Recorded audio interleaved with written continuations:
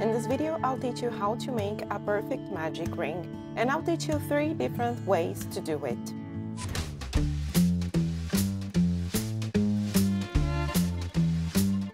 So, the first way is, I usually use 2 fingers. I've seen people using only 1 or 3 fingers. In my honest opinion, 1 finger, you don't have enough space to work, so I don't like it. And if you use 3 fingers, it's too much. You create look at the size of the circle that you create. I don't think it's necessary. So I usually work with 2 fingers, like this. And you pass the yarn making like an X here in the inner part of your hands. And in this side, you see that the yarns are parallel. I'll do it again. This is the tip of the yarn. You pass it like this in your fingers, okay? And with your hook, I'm right-handed, okay? So this is how I do it. You pass the crochet hook below the first yarn here and grab the second one like this and pass it below the first thread, okay? You twist like this, and you see that you have a loop here in the crochet hook. So you grab the yarn like this, pass it through the loop, and that's it.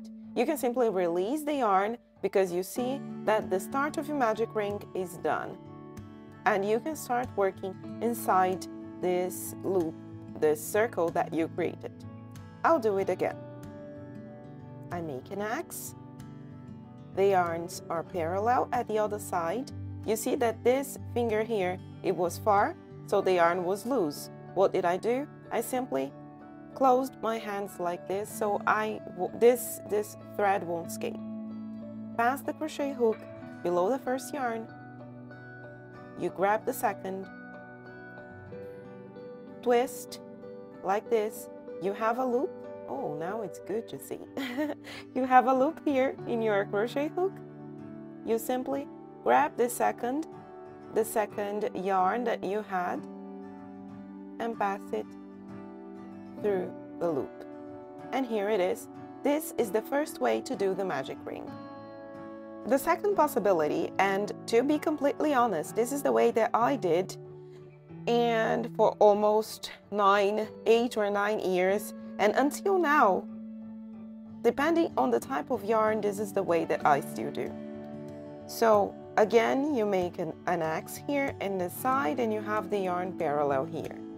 You pass below this first thread, grab the second, twist, but now with my 2 fingers like this, I grab the yarn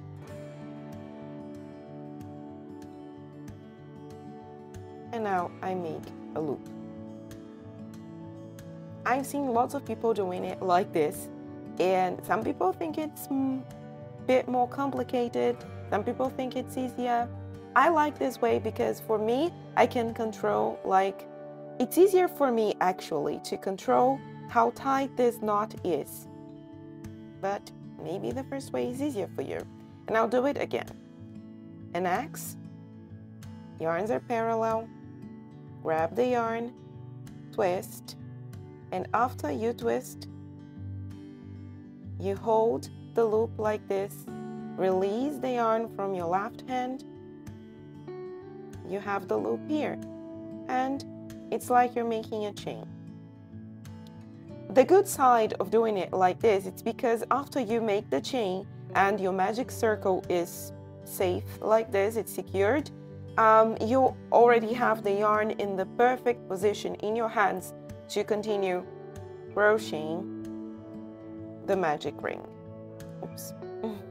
You see that I don't have to adjust, I don't have to do anything because the magic ring is already well positioned in my hands. I can continue crocheting.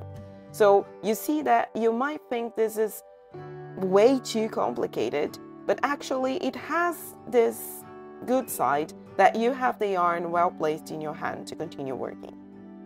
And finally, the last way to do the magic ring, and it's not my favorite, I'm being completely honest. I've seen people doing it that way, and I know some crocheters who like to do it like this.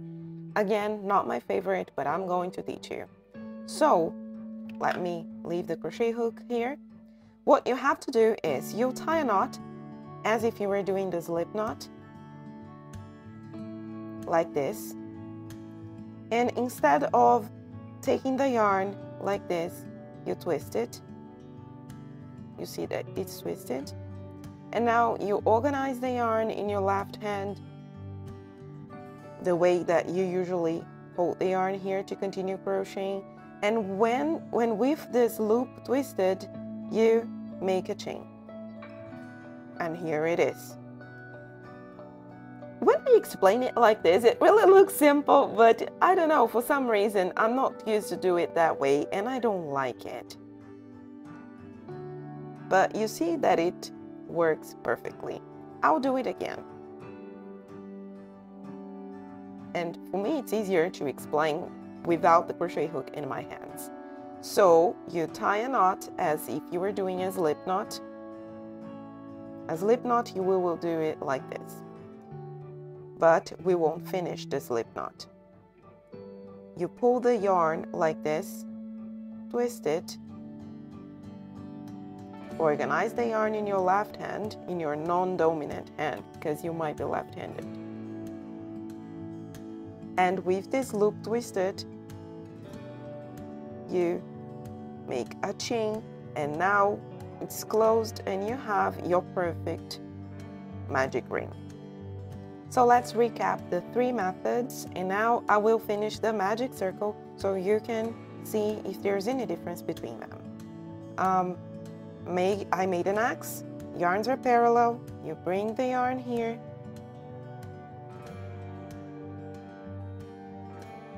and all the magic rings that I'll do here, I will make 6 single crochets inside, okay? So 1, 2,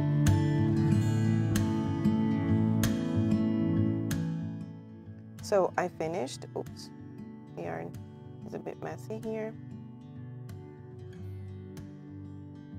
Now let me just do this last single crochet again.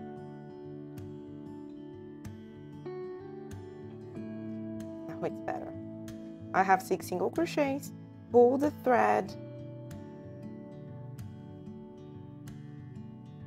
and you see the magic ring is very, very well closed. There is no hole inside of it. I will cut this remaining thread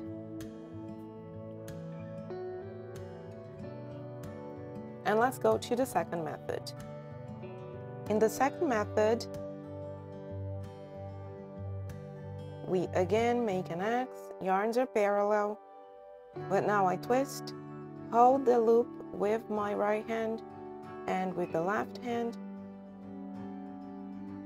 I close it like this, and now you make 6 single crochets again.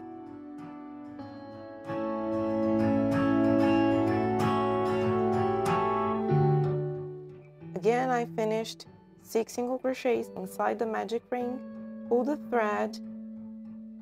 Again, the magic circle is very well closed.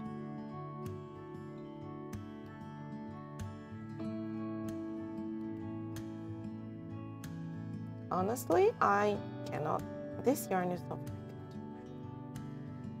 good. But again, we cannot see difference between these two. And now let's go to the last one. And the last one was with the slip knot technique. Twist the loop.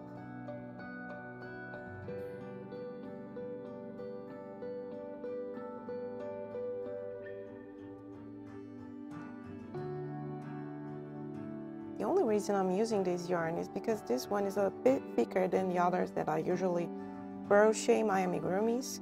So I think it's better for you to follow this explanation with a thicker thread. But it splits very easily, and that's why I don't like it that much.